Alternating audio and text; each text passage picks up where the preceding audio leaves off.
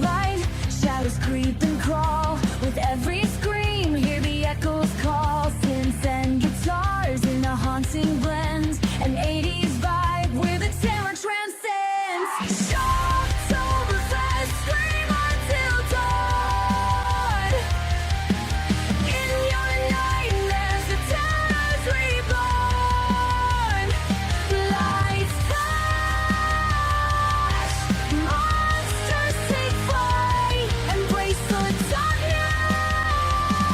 It's a metal night. How's it going, everybody? Wildman Wes here, and welcome to day 11 of Shocktoberfest 80's Rewind. We're about a third of the way in, and we still have quite a bit of ground to cover. Today, we're going to be closing out 1983 with a film noir horror film known as Dagger Eyes. Now, in Italy, it was known as Mystere, but sometimes when it comes to US releases, they change the names to give it a little more oomph, I guess. I don't know. That's just the way how the business works, but I digress. Let's just skip right into the film. Our story is about a young call girl named Mystere who, with her friend, are having a little bit of fun on the town with one of their clients, and Mystere's friend steals a lighter that contains photographs of some very suggestive nature that could ruin a politician's life.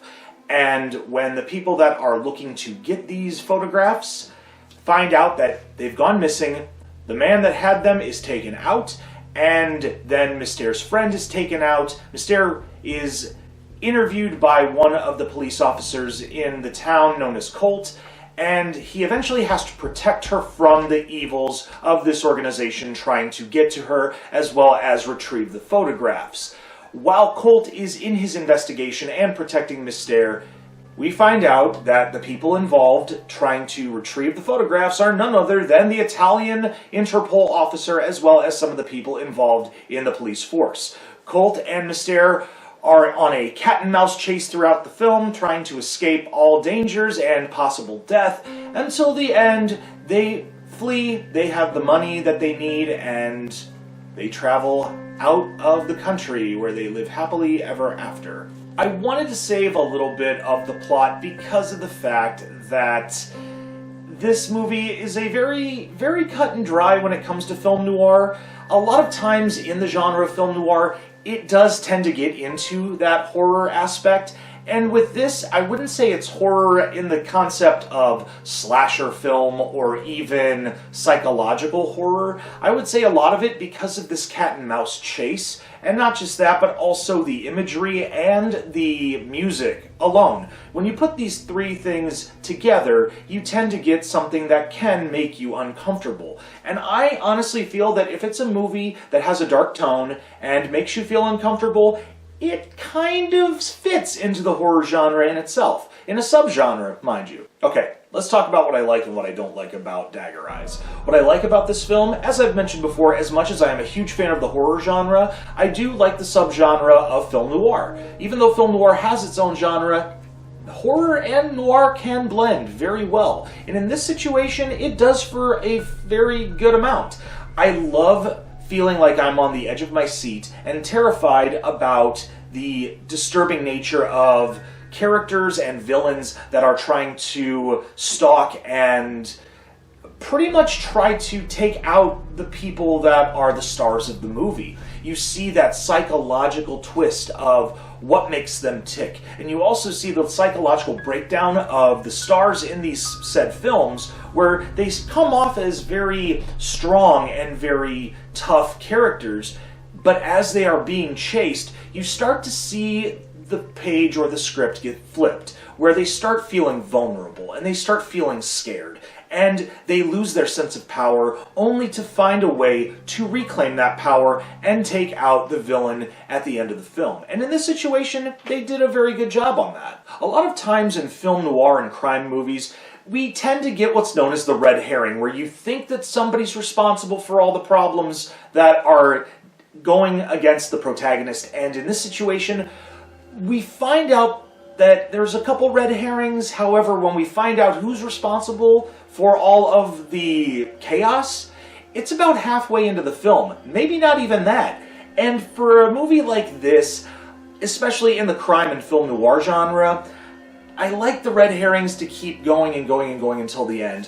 When you pretty much figure it out without the person admitting that they're responsible for the chaos, it takes away from the film quite a big chunk. And though this movie is well put together, they could have waited about a half hour more into the film when the reveal happened. That was a red flag for me.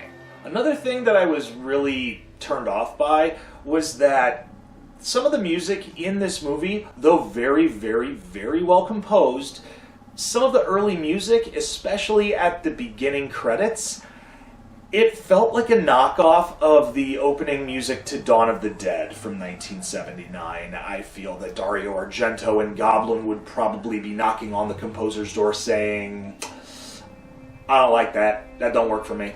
And it didn't work for me either. But then again, as I mentioned, a lot of the other music throughout the film, very well composed. Okay, now, let's grade this film.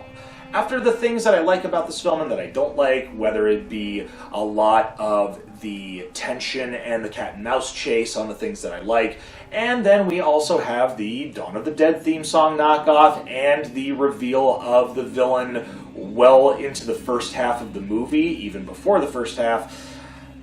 The movie is still fairly decent for what it is, and I'm going to grade this as a B-. It is still a very, very good grade for what I feel, and not just that, it kept my attention. I did not have a lot of attention span problems. There wasn't a lot of droning on through the plot where things just drug out and I got bored. So that's why I feel that this deserves a fairly decent grade. Also, it's still streaming on Tubi, so if you've got yourself a smart TV, go to your local streaming app, rental store, and get yourself a copy. You'd be glad you did. Well, we hope you enjoyed this quick review on Dagger Eyes. If you've seen this movie before and you agree with me, leave a thumbs up. And if not, hey, I totally understand.